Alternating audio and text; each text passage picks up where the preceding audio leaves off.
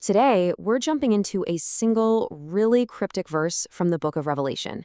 It's a command from God that, at first glance, seems to make absolutely no sense.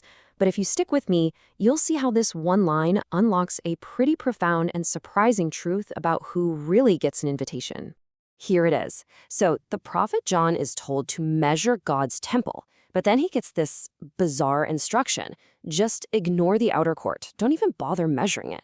And why? Because it's been given over to the outsiders, the text calls them the Gentiles, to be trodden underfoot. And right away, that sounds, well, pretty harsh, doesn't it? And that right there is our central puzzle. It really feels like a command to abandon a part of the temple, like an act of judgment. But as we're about to find out, the real meaning is the complete opposite of what it appears to be. All right, let's break this command down. To solve this mystery, we've got to understand the two actions at the very heart of it: measuring the inside and casting out the outside.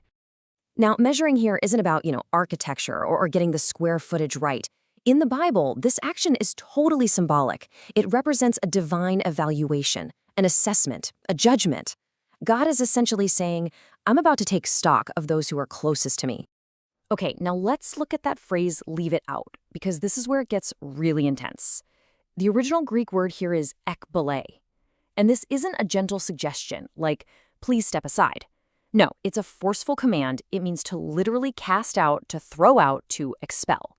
So the real instruction is to measure the insiders and violently cast out the outsiders. This sounds even harsher now, doesn't it? To really get what's going on, we have to know who these two groups are. You see, the temple's layout isn't just about buildings. It's practically a map of two different kinds of people. So on one side, you have the inner court. These are the insiders, the religious elite, the priests, the scribes, people who were experts in the scriptures. And on the other side, you have the outer court, representing the outsiders, the Gentiles, all the nations who didn't yet know God. Now pay close attention to that last point. God's focus is on measuring the insiders first. And this points to a huge biblical idea. God's evaluation always starts with those who were given everything they needed to know Him. The insiders are being measured first for one simple reason: they were supposed to know better. But here's where the whole story gets completely flipped on its head. The way these two groups reacted to the arrival of the Messiah was the total opposite of what anyone, and I mean anyone, would have predicted. Think about it. The priests, the scribes, they had the scrolls. They knew the prophecies backward and forward. They should have been on the front lines, ready to roll out the red carpet for the very person their entire religion was pointing towards. But that is not what happened. The insiders, the ones in the inner court, they called Jesus a blasphemer, an imposter. Meanwhile, what was happening out in the outer court? Our source material highlights this beautiful irony. It was the Gentiles, the outsiders, who were buzzing with rumors about his birth, talking about his miracles. They were open, they were curious, they were actually listening. So, that brings us right back to the second part of our verse, doesn't it? If the outsiders were the ones who were receptive, why does the text say their court is given to them to be trodden underfoot? That phrase just sounds so violent, so destructive, but it holds another much deeper meaning. So how do we crack this code? Well, believe it or not, the clue that decodes this whole thing is hiding in plain sight, right in the final phrase of the verse. It all comes down to a single number. 42, the holy city will be trodden underfoot for 42 months. Now, this isn't just some random length of time. In the world of biblical prophecy, a number like this is basically a flashing neon sign. You see, 42 months is 3.5 years. This number points directly to the length of Jesus' earthly ministry. It also connects back to the prophet Elijah, who brought a drought that lasted 3.5 years right before the rain finally came.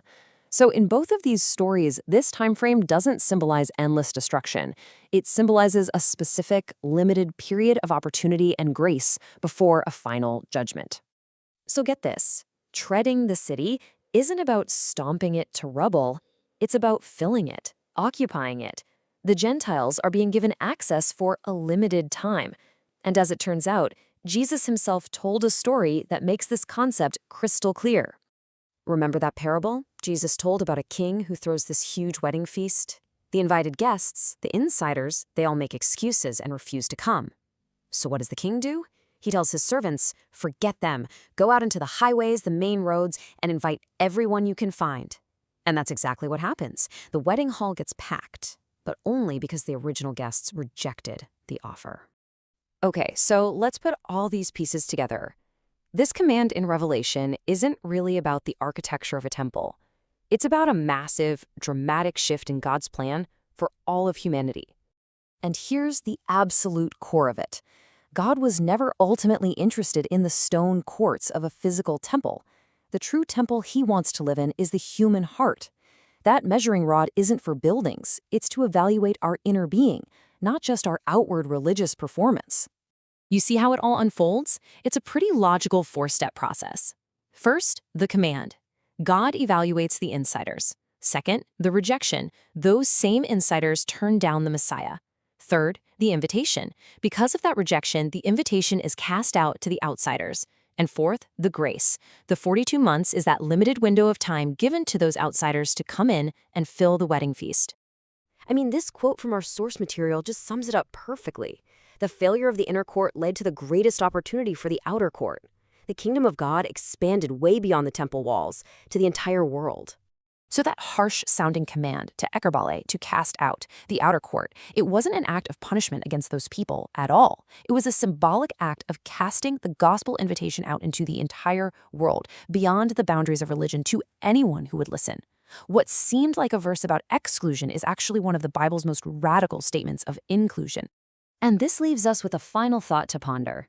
If God's true measurement is of the heart, then what are the things we consider our inner court today? You know, the beliefs, the habits, or traditions we hold on to so tightly. Are they helping us see God's work in unexpected places, or are they blinding us, just like they blinded the insiders all those years ago? It's a measurement worth considering.